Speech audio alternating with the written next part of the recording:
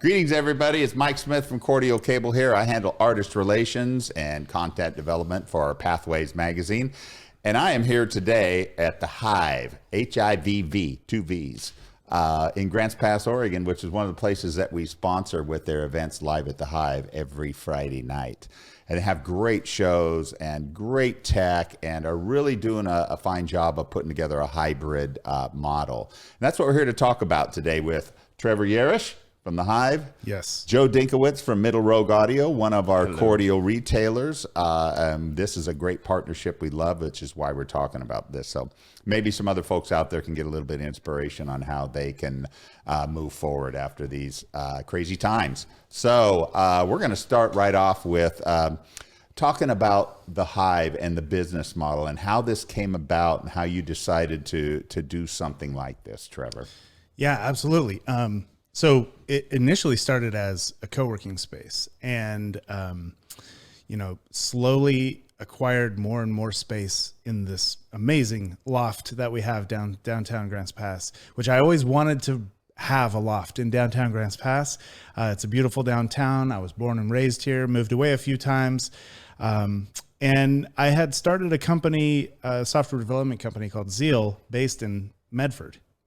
And, stars aligned, things changed as far as where, our company needed to be located and where our people were working out of. And so it opened up an opportunity for me to move my business back to Grants Pass. And then this space was available at the time. So I was able to get it. And in that I decided, you know what, I'm going to try that dream. I'm going to open up a co-working space so other people could come join and work and we could create and collaborate.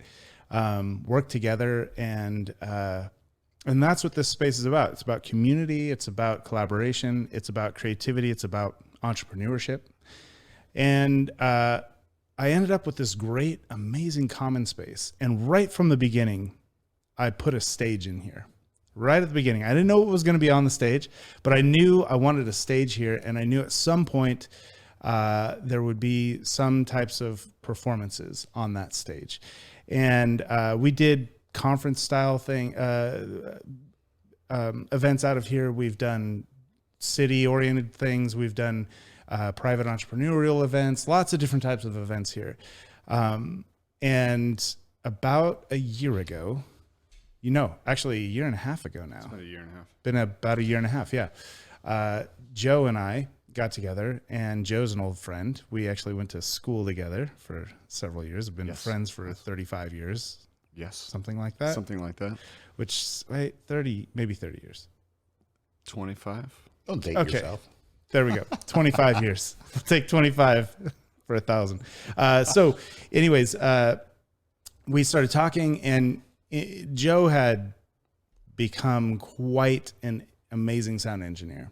He engineered for, hundreds and hundreds of live shows at that point, and was made a name for himself in the area as being probably the best sound engineer in the area.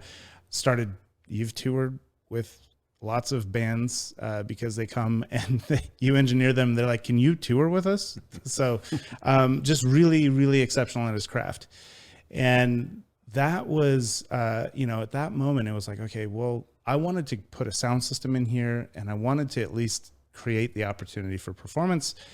And so Joe, with his business, Middle Rogue Audio, helped put a package together and do an install here. And that's how it started, was just that created potential. And we obviously started talking more and more, and we started booking a couple shows. Right. And that's how it started. Excellent. Well, I know that one of the fire starters for you was the Storyteller Showcase that we were doing at Barnstormers Theater. Amazing. So when you came to that show, and I knew that you were pretty Twitter-pated by that. Yes. It was a great show, and we started talking about doing those kind of shows here. And I know that was a bit of the combination of you and Joe's conversations, the storytellers thing, and then bringing Cordial into the conversation when the time was right. It's just this whole room is everything we see here basically is wired by Cordial. That was a bit of a bonfire by the time that happened. And so tell us how the contemplation of those previous music series led to you to the music vibe that you have here now. Absolutely. So performance has been something that's been in my blood. I was an actor growing up, very musical family. My father played in bands with you even. My first band when I moved to town in There you go. 91. My father's a drummer. He was a sound engineer and producer. And just, my life was steeped in music growing up. And I always knew I wanted to be involved and had this dream of creating experiences, music experiences. And I also love the stage. I love theater. I love storytelling. So the idea of putting those things together and really bringing out the artist's ability to say, well, they wrote all this music that you love, but do you know anything about them? Do you know what these songs are, what inspired this music? And that's what I really wanted to dig into. And you happen to be doing the Storytellers series, which again, if you're listening or watching this right now, it's there are some videos on YouTube that are worth checking out, but I promise you they're nothing like the experience of being there. It was tear-jerking, laughing. It was performances that were super special. And that was Fred Poole's show. Fred's show, Sarah Dionne Brooks. They're just amazing shows. So that was where I wanted to. I didn't want to be another gig. I didn't want it to just be musicians, booking bands coming in and just playing a set. That wasn't what excited me, right? I wanted to create experiences. And how we started with that was, again, we had a 100-seat house, and we would we'd book these bands, that we'd bring them in, we'd do some interviewing with them, talk to them about their story. And it was a sit down show that was really focused on the art happening on the stage, not a lot of dancing. And it wasn't that dancing's not great or amazing. It just was, I wanted to help create a focus on the art that was being created, right? And a real focus on the artists that were creating that art. And so that's how it started. And then we started producing more shows. We worked with Nick Martin a little bit, and his production company brought in some great acts, and then started working with you a little bit because of the Storytellers Guild. And we did a show where you and Krister Axel came in, and that was a beautiful show and a lot of fun. You guys had a really interesting theme with that, which was great. Yeah, it was great. We played off each other's stuff. So we'd play one of my songs, and then we'd play one of his. So we each had to learn each other's song, two completely different songwriters, and coming together around each other's song. So it was really an interesting model. Yes. And I wanted to create an environment that was just casual and comfortable, so you felt like you were sitting in a living room listening to these stories, and but with that very high standard, high level experience of the sound. Right. And what was interesting is this would be pre-COVID, just by a few months when your show was. A few weeks, yeah. Few weeks, February 8th of 2020 was our show. So. Right. And you were one of the first shows that we actually live streamed, but the focus was not on the live stream. That was just sort of this ancillary, hey, I've got a camera, I might as well just push it out and see if anybody is interested. Well, then COVID hit. And in between your show and COVID hitting, Joe and I sat down and we said, what would it look like if we booked a season? And Joe was like, well, let me see. So Joe went out and booked a whole season. And we had, I think, 8 or 9 shows lined up. Mm-hmm. And then, and COVID was floating around already. It was already, in the news and whatnot, but it just hadn't impacted us directly here. Right. And then overnight, our first show of that new season, that week, COVID locked down our state. And in that moment, it was like, well, everyone was just canceling all of the gigs, which made a lot of sense. We had to give back. We had to reimburse all of the ticket sales that we had, which wasn't an awesome experience, as you can imagine. But in addition to that, there was this like looming air of these artists having just lost their entire livelihoods. I felt very fortunate because I have another business, which is my livelihood. So this is a passion project for me. And, but Joe's involved, and Joe, part of his livelihood. Yeah, I took all of the festival work and engineering work that I had for the whole season, and the local, club gigs all went away overnight almost. Yeah. So in that moment we sat down and we decided, you know what, let's give it our all. Let's get, and let's try and pivot into live streams. Let's just do it. I had a background in production. And so we decided to give it a shot. So we didn't cancel any shows. We just removed the audience, right? And we changed our protocols for how load in and load out happened and all of those different pieces. And, so the very first show was Nick and Shea, which was, Shea Celine and, Nick, Garrett Powell, they're both phenomenal in their own right. And so they were game to give this a shot. And so they came in and we had one real camera and like a couple of webcams. Yeah. Right. And we created a show out of like 3 static cameras. And then I had a camera from my monitor that was built in, on me.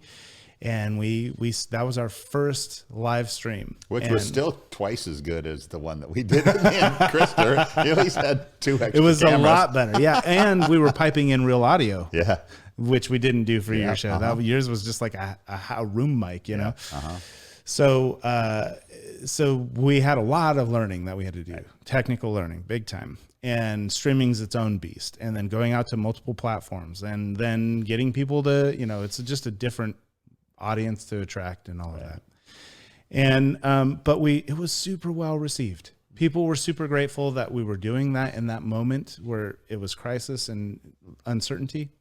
And so then we went from that show, Free Creatures was the very next week. That show blew up. Yeah. It was a massive live show. It was and people were needing that in that moment. They needed that release. And so what Joe and I've done, I think, from that moment, which was just over a year ago now, right? Like May. Yeah.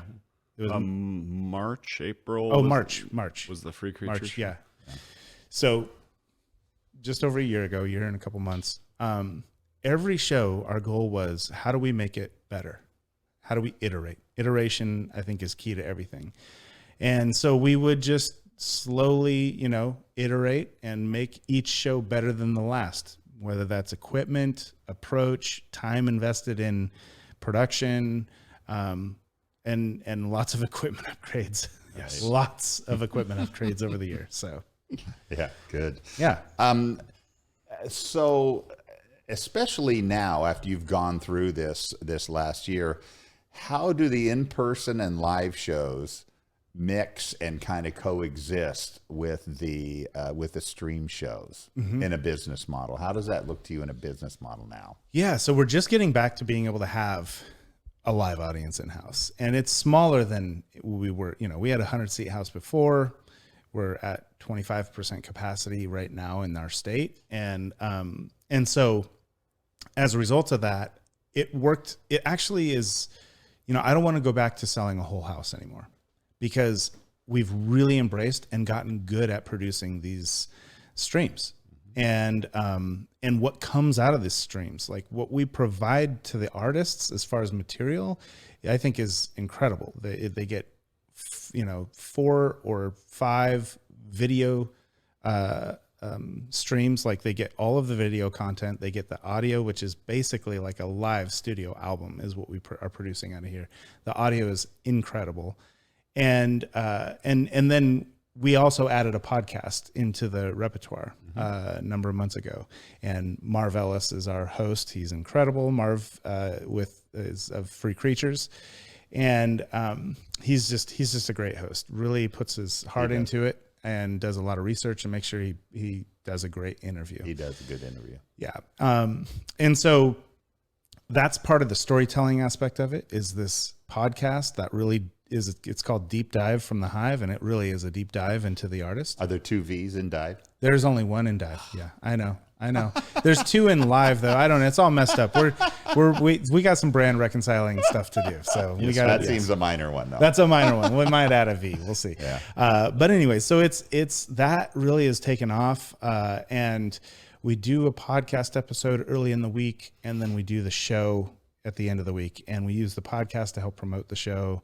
And that marriage is really working well because even people who are fans of the musicians, they're getting to learn a lot about them. And it changes the dynamic of a show when you know the story behind the music, you know the people behind the music, and you get a chance to sort of connect and get to know them. It was a cool modification of the storytellers conversation, storyteller showcase that we had, where you took the kind of the storytelling part of it to a new level by adding the podcast.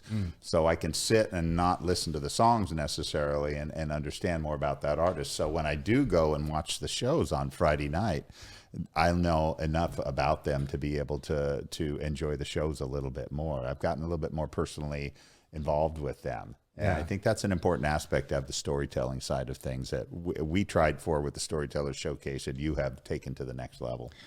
I appreciate that. Yeah, absolutely. So the model moving forward it's almost like an SNL model, Saturday Night Live model, where we have a live studio audience now, and we're going to continue to grow that as capacities allow. Right. But we'll only ever grow probably to what was half a house before, because we're still reserving space and room for production. And it's an awesome experience. You got to come to one of the shows next Friday. Awesome. It's a very, very cool experience to be here because you're part of something. You're behind the scenes. Right. You get to see the live music and experience that and enjoy that for all that it is. And you're also experiencing the stream and what's going out to the world. Right. You're seeing the interaction with the world that's not sitting in the room there. Right. And you're the energy. You're part of the energy that's going out too. That the applause and whatnot. So it's just a fun experience. Kind of almost a VIP experience where you get to be part of the crew almost. Yeah, absolutely. Oh, yeah, absolutely, for sure. Let's talk a little bit about tech. Let's start with the video side of things, and starting with your single camera and your two $29.99 Amazon webcams, yes. and a Shure mic hanging in the middle of the room. Let's talk about video first. Where are you at now with video capabilities? Yeah, so we've come a long way. We now run in the house anywhere from 4 to 5 cameras, and they are DSLR cameras still. They're all Canon is what we use here. And but we've been able to continue to iterate on stability and quality and all of these different pieces. So now we've got it down to where we have a camera. That camera is powered and sends its feed over Ethernet through a device called a BirdDog is the name of the device. And so through that, an HDMI signal gets converted into NDI, and the camera is also powered from this Ethernet signal. And then so one cable from each camera goes back to a switch. And so at one point, all of these cameras were feeding these very thick, heavy-duty HDMI cables as far as they could without losing signal into my computer directly via these cam links, right? And it was kind of a nightmare, technical nightmare, a lot of cables, a lot of mess. They had HDMI cables, plus we had to run extension cords for power to each camera. So it was just a lot of setup and a lot of taping and a lot of maintenance to just have a camera somewhere. And none of the cameras were mobile either because all of that tethering, right? So that was an awesome upgrade to move to this NDI setup. Right. Cleaned all of that up. We have one very lightweight cable that powers and does signal. It also sends, what's really great about this is we have tallying now, which is basically a light lights up on the camera that's active and says that, oh, this is the one that's on production. And then there's another color of light that shows up when it's in preview, right? So you know So we have people running our cameras now. That's different. So every camera has a cameraman, and we actually have one of our cameras is on a steady cam now. Right. So it's getting moving, very, not just tripod movement, but actual physical movement, which opens up a whole different opportunity. So yeah, that flexibility really helped, but also there's only one cable now that goes to my computer, and that's an Ethernet cable and carries all of the signals from the cameras. Plus, and I'm going to do a handoff to Joe to talk about the audio, but our audio got way better and way simpler because we made this move to from analog to this digital move. So right. I'll do a handoff. Oh, real quick on the computer side, I started out with a MacBook Pro, and that's what I was running the stream with. And 2016 MacBook Pro, and we were pushing it to its limits, and and it was putting out a decent quality video, but it was definitely not putting out full HD, full frame, high. I think we were at 24K or something like that on the audio, or maybe 48. We're at 48. We're at 48 on the audio. You weren't able to optimize. I wasn't optimized. Yeah, you weren't optimizing the stream. And there was a lot of and it was going digital, analog, digital, right? All that craziness. So, the quality, I ended up building a custom PC for streaming. So this machine that we use now is built for this purpose, and it is awesome to have real power. And so what that has allowed us to do is we went from using some, decent software for our streaming to using real professional grade software. We use vMix now. It's a full vMix setup. It's incredible. And it allows us to record each of those camera angles individually, as well as having a master recording. It allows me to push streams out to each individual platform, as opposed to sending a single stream out to something like Restream.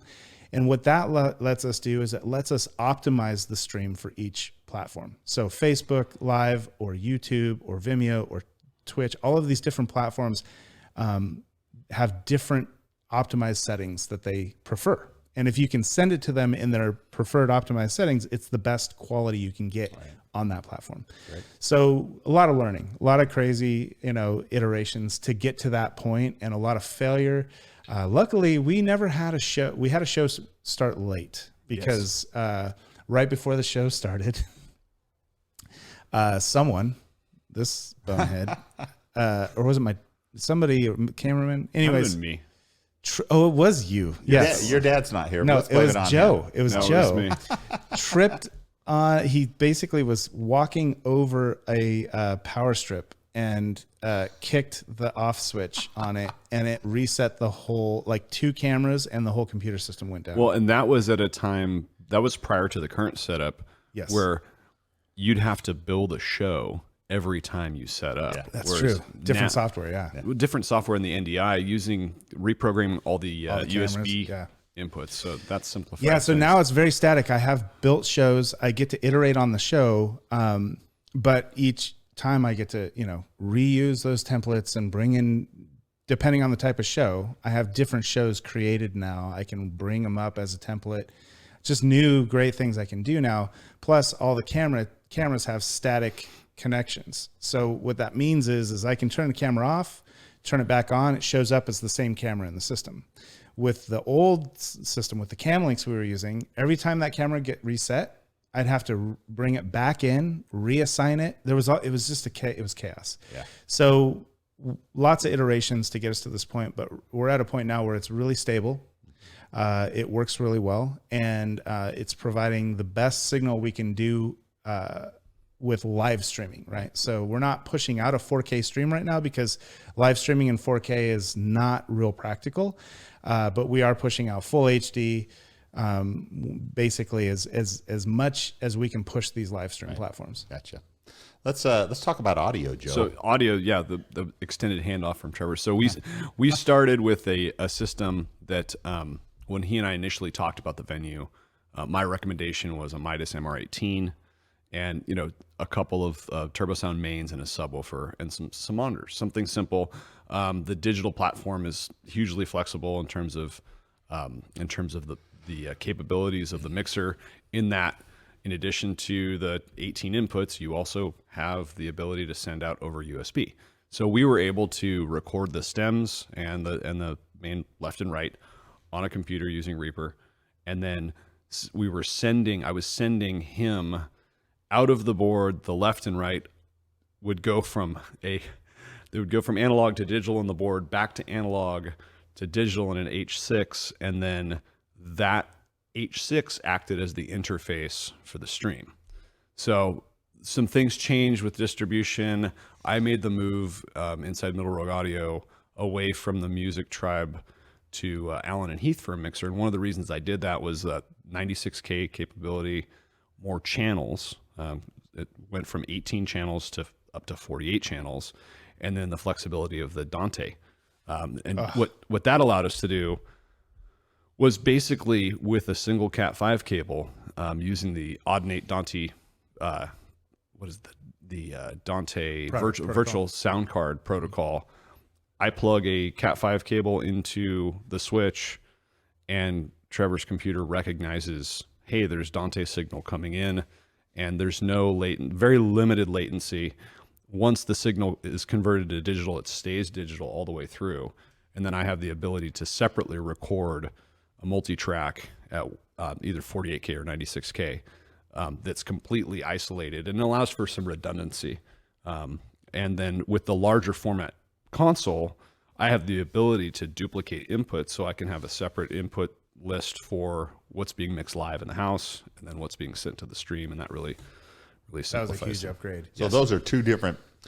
Some people may not know that those are two different mixes. They need to be two different mixes. What you hear in the house needs to be a certain way, right? And what goes out on the stream needs to be a certain way. It really depends. Yeah, it depends on the dynamic range of the band. A soloist, usually it's the stream that you hear is the stream that's being sent. But when you have drums and horns and multiple instruments, guitar amps, it's a lot easier to have that separate control for the house mix. I mean, I want the house mix to sound great, but there's some acoustic situations that you can't have drums as loud on a stream as you'd have in the main mix, because the people sitting in the house would be a little bit blown away. Yeah, so I would say. Well, and one of the things that we realized early on was the acoustics in the room that we're recording in, mixed with the equipment we're using.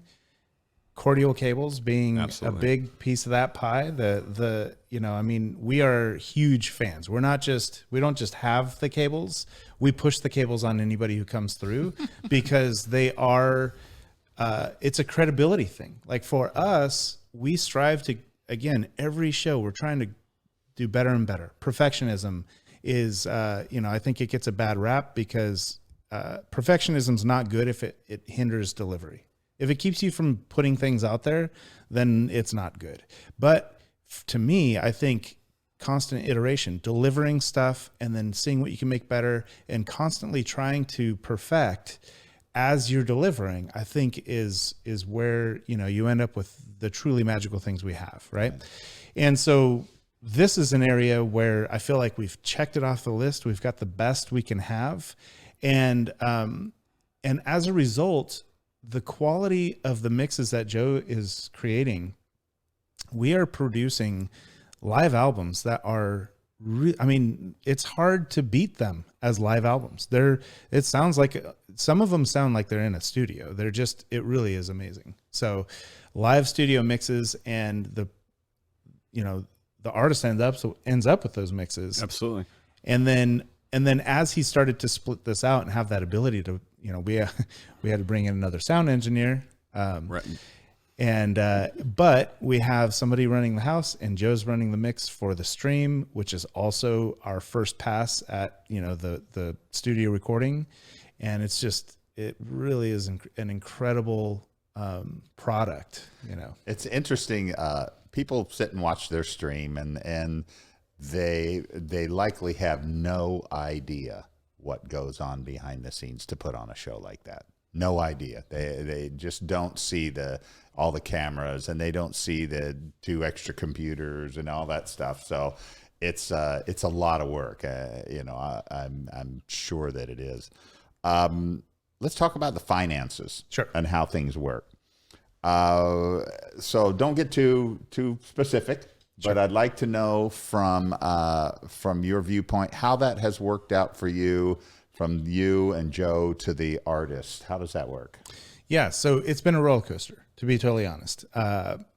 And what I'll say is that artists have been exceptional to work with in this regard, right? Mm-hmm. Pre-pandemic,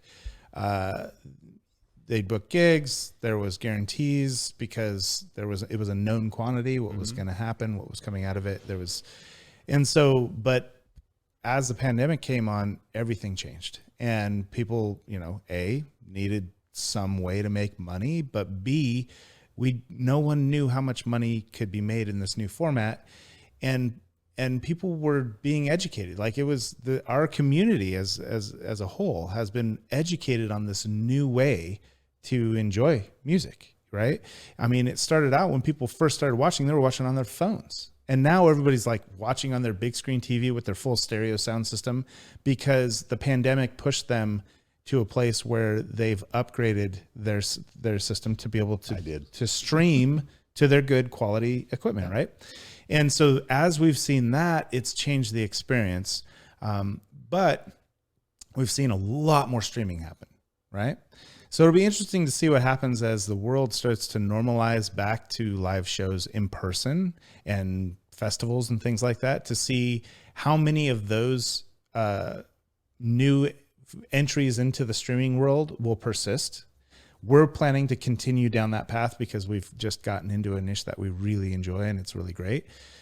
But as a model, we're doing a hybrid model now. So we sell our part of our house. That helps create a base that is allowing us to start being able to offer, some of these guarantees to be able to bring artists in from outside the area. It allows us to cover the expenses, or have a known quantity to cover expenses with, so we can put artists up, or we can, do promotion, all of those types of things. The model that we have run since we started these is a 50-50 split.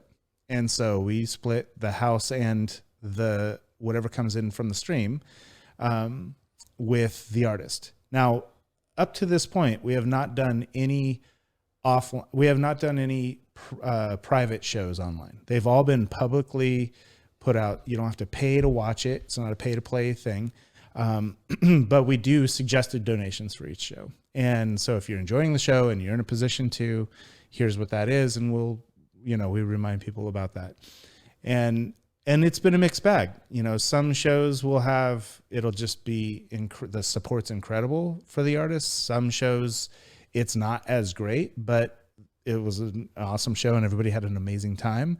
And so we've been working and this is something that Joe and I are working on actively daily is figuring out, how can we create a more stable financial model, which it's been okay. It's been okay, but it's not like great, right? It's not like, oh yeah, we're on to something that's going to be, this amazing financial windfall, right?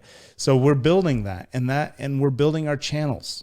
And we have, thousands of listener hours over the last, tens of thousands of listener hours online, which is just incredible, all those statistics. And as you do that, you become more exposed via the algorithms, more people start tuning in.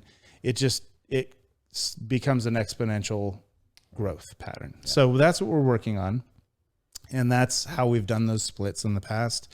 And in addition to that, there's more than just a monetary reward, right? So again, these shows aren't just one and done. When you go and watch a show in a venue, it happened and then it was over and that was it, right? Mm-hmm. These shows live on, and you have studio quality recordings. You have all of this amazing video footage you can use. So there's a lot more content that is very high quality that these artists end up with, right, beyond just the monetary reward of the, the money that came in. Excellent. How does the future of live streaming and the live shows look, do you think, across the entire landscape? Do you think people are going to go running back to live shows, or do you think they're going to be a little bit tentative and use the streaming as a substitute for going to live shows? We're real curious about that. As things start opening up, what are your feelings on how that's going to play out? I think people are going to run back to live shows for sure. I think that people are itching to go see live music again. And there's also this like unsettled feeling of not being around people. Right. But that's a mixed bag, because there's also, for some, fear around being around a lot of people or being in that mob, so I think that it'll come back with a fury, but different. It's going to look different. There's going to be, more room allocated for people at events and things like that, right? Lower caps put on venues and whatnot. Right. But that said, I think because of the forced, like if you wanted to listen to music and have any sense of connectivity with live feeling for the past year, you had to put yourself in a position where live streams were a possibility for you. So all of these people now have the ability to have a quality experience with a live stream. So what that does is, I think that, you can go see a show once a month like you were doing, or maybe go to a festival, but now you can pick up so many other shows that either A, aren't in your area, or B, are, it's like, oh, we've got kids, so we can't necessarily get a sitter all the time to go see a show, but we can catch that show from our living room, right? And we can see it live and we can participate. That's the other thing. We try to create more and more integrated ways for our home audience to feel integrated and participate in the show. And the artists get to have some banter and back and forth with their observing audience at home. So we're working on more ways to create that experience. So I don't think it's going away. I think what will be helpful to us is, I think that it's hard. It's hard to do these. It's hard to produce a high level production live stream.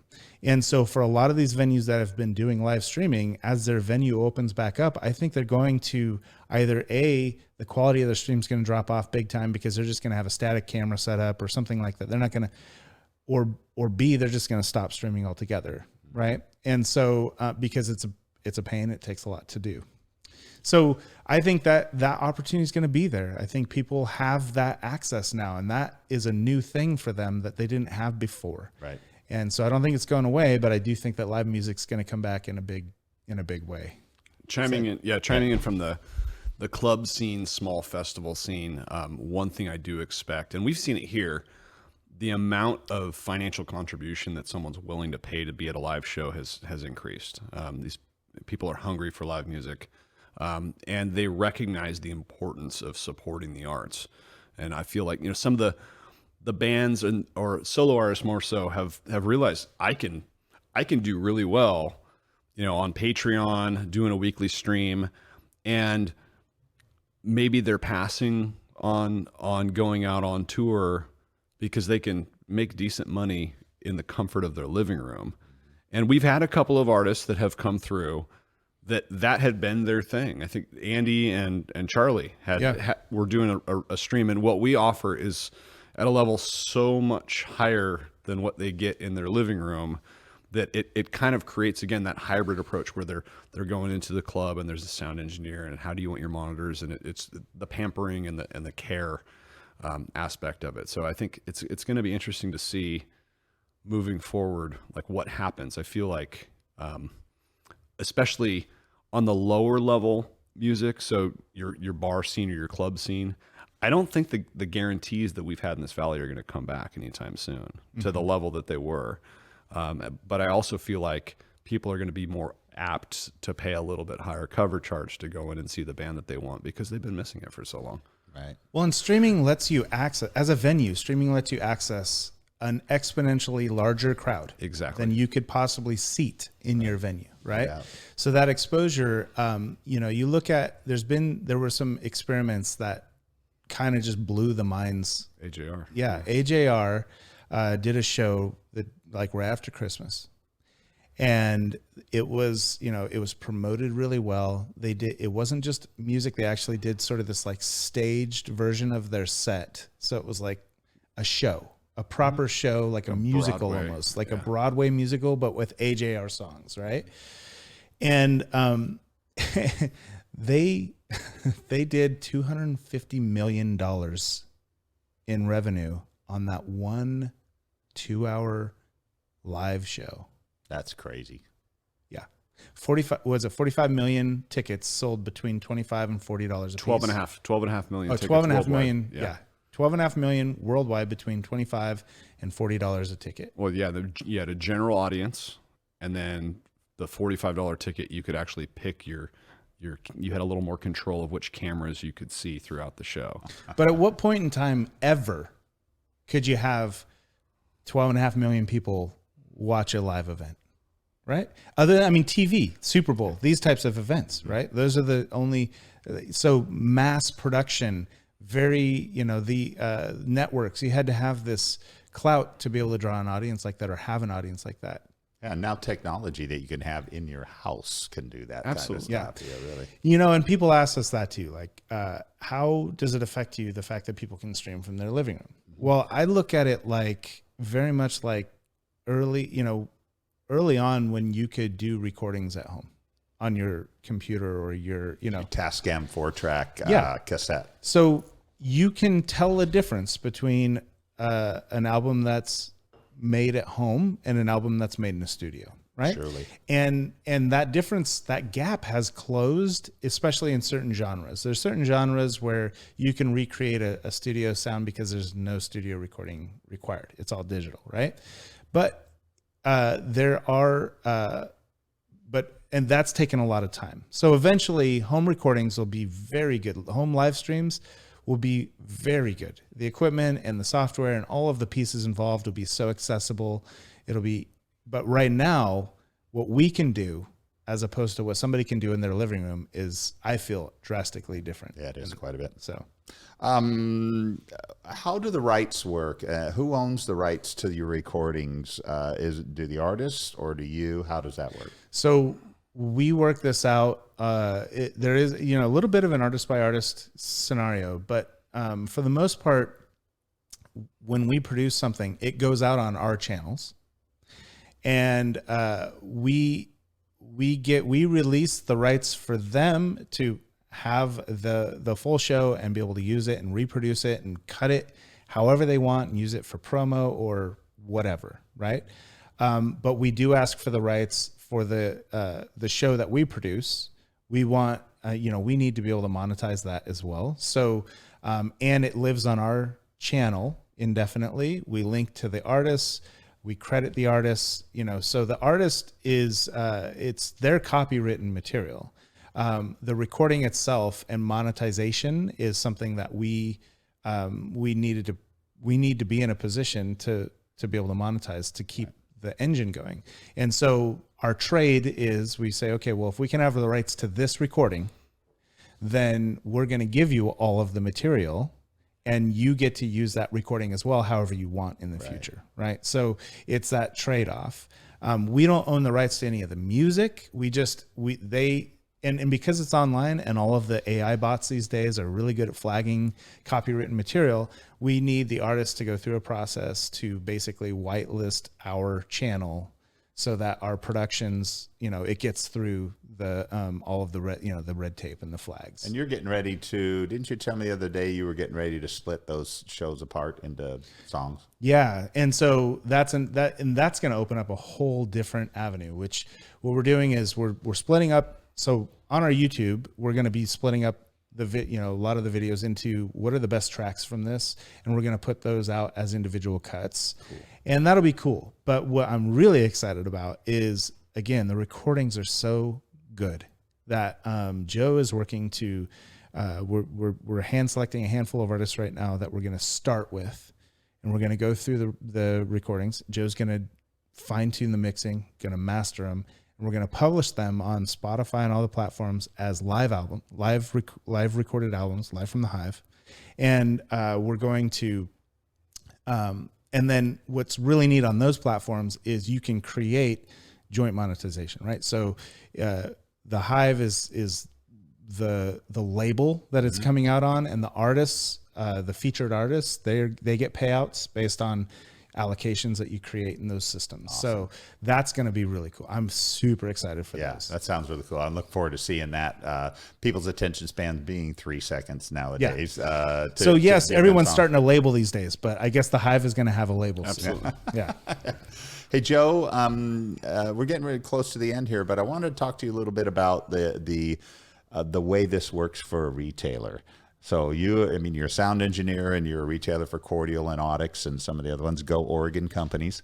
Yeah. And I love my Audix almost as much as my Cordials, but you use this in a unique way where guys coming through here, you turn them on to Audix and Cordial, and you've turned that into a little bit of a shop almost. So how does that work? Well, I started as an engineer in kind of the club scene. So I haven't ever really been tied down to one specific venue, and that's been helpful because I've been able to get a lot of work. And since I've been a distributor, I've always been interested in being able to build relationships with musicians to make their lives easier. So I've always been, hey, I can get you a good deal on that, or check this out. And now that we're here in this beautiful space at the Hive, it's like having a showroom for a music store, but actually being able to have a show using the products that you're demoing. So I'll do an A/B test with any guitar or bass players that I have,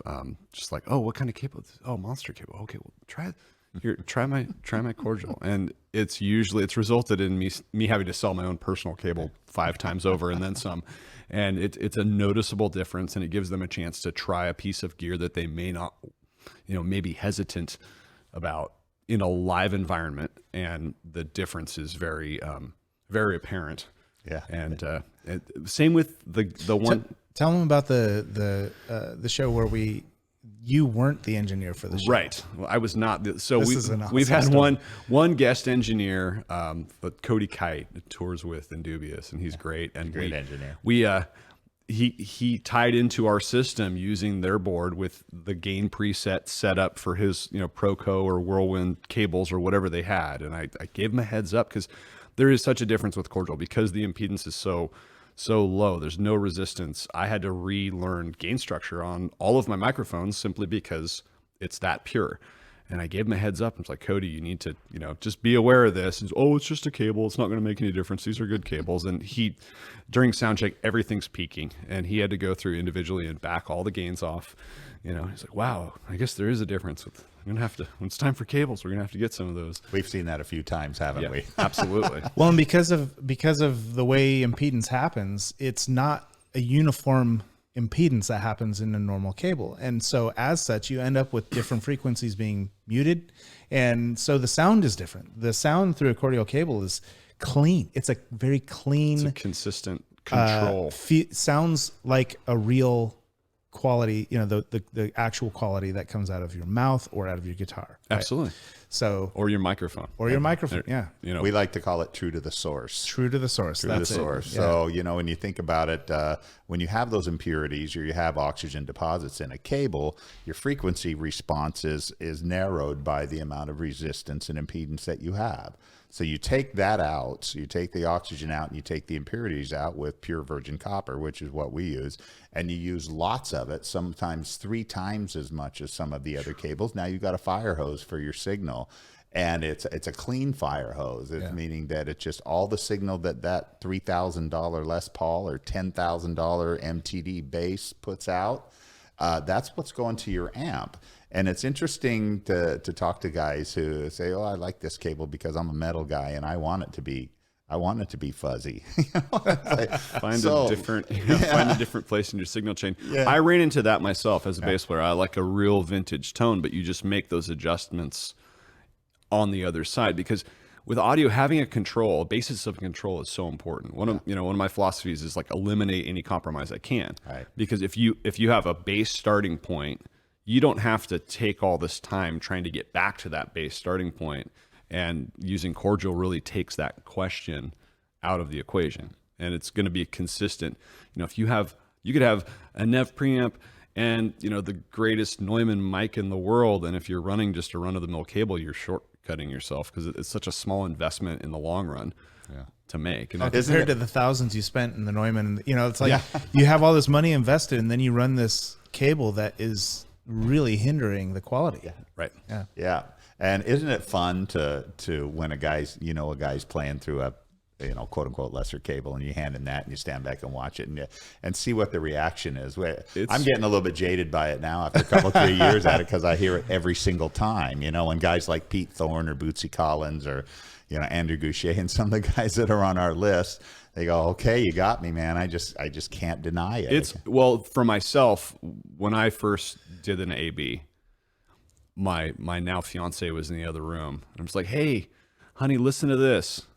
And I'm playing something, and then I switch. She's like, wow, there really is a difference. And she was 2 rooms over in the house. She's not an audiophile. Well, she's a violin player, but she spent one too many times, following Warped Tour, so her ears are a little muddled. We had a band on stage most recently where he was able to hear the difference. And the bass player Joe with Beyond the Tide was on stage, and good cables, great setup. Lots of money invested. I'm just like, hey, try this. It was better than that. Joe actually was up on stage. He said, you just play. And here's your amp, and here's your pedal board. And all Joe's going to do is, I'm going to unplug this cable and plug this cable in. One cable. And so he's playing, and it's coming out, and then he swaps cables, and you could just see him like turn around and look at the amp like, whoa, yeah, it's different. We love it. It happened with Rabbit too, for guitar players, because it's more noticeable with bass because of the dynamic range. Rabbit had probably 8 or 9 pedals on his pedal board, and I wasn't going to go through and switch out everything. I just changed the cable from the pedal board to the amp, and there was a noticeable difference. Yes. Now imagine if you changed that whole chain, all the cables in between. Yeah. Then you're removing all that impedance and all of that different dampening that's happening. So back to your question, as a retailer, I mean, I would encourage more retailers to partner with a venue. And if I'm in a weird niche, because I'm a musician first, then an engineer, then a distributor. So I'm kind of special in that. I feel like I'm special in that. Yes. Unicorn, Pegasus. No, if you're just a retailer of the cables, get with an engineer that actually uses the cables and listen to the difference. And if you are an engineer that's also a retailer, work with a venue, work with some artists and let them try them out, and your time will be well compensated. Well, we think it's a great model. Obviously, otherwise we wouldn't be involved in it. We really love the symbiosis that goes on between a venue, the retailer, sound engineer, and us as a company, and then the musicians that have been on stage. It's really been a cool thing to watch. I'll give one more bit here, which is as a venue, the equipment that you use in your venue needs to be hardy, right? Because you're constantly changing out. There's new setups every time you have a show. It's a different, band, different arrangement, all of that. So we're always changing out.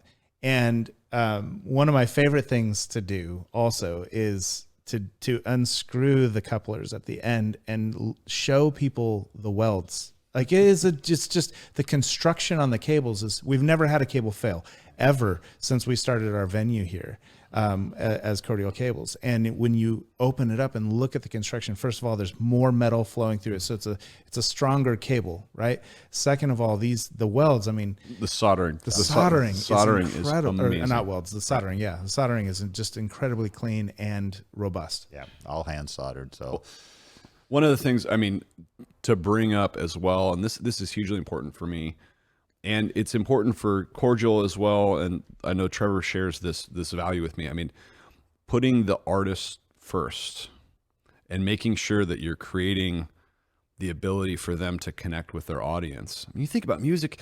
Music is the place where you can have a dishwasher and an executive banker in the audience finding common ground right there.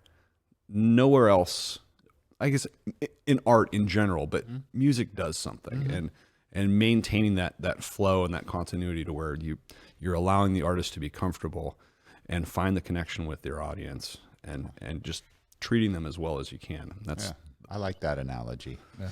Well, I think that's about it for us today. This has been a great interview. I've been wanting to do this for quite a while now, and kind of touch base with you guys after you've been in the trenches for a year or so. Yeah. And we're happy that this will show up in Pathways Magazine, and then it will live on in perpetuity on YouTube for us. So I want to thank Trever Yarrish from the Hive. 2 V's. Check it out online. You can go find it on Facebook and Instagram and YouTube and all those places. Shows are every Friday night. And hopefully you'll add some more if you don't kill yourselves off first and weekly shows. But then you can also see the deep dives first part of the week too. And that gives you a chance, again, to really get to know those artists in a way that you just wouldn't get to know them before. Absolutely. So, and Joe Dinkowitz, Middle Rogue Audio, been one of our first retailers that came on board with us and adopted Cordial cables after he heard them. He was all done like absolutely all of the other guys I'm on. So this isn't a Cordial cables commercial at all, but it was really about the Hive, Middle Rogue Audio, and how this whole thing has come together, prospered, and now in moving into the future, how this hybrid model works. So we really appreciate your time, guys. Check them out online. Follow us at Cordial Cables USA as well. And thank you, everybody. Thank you.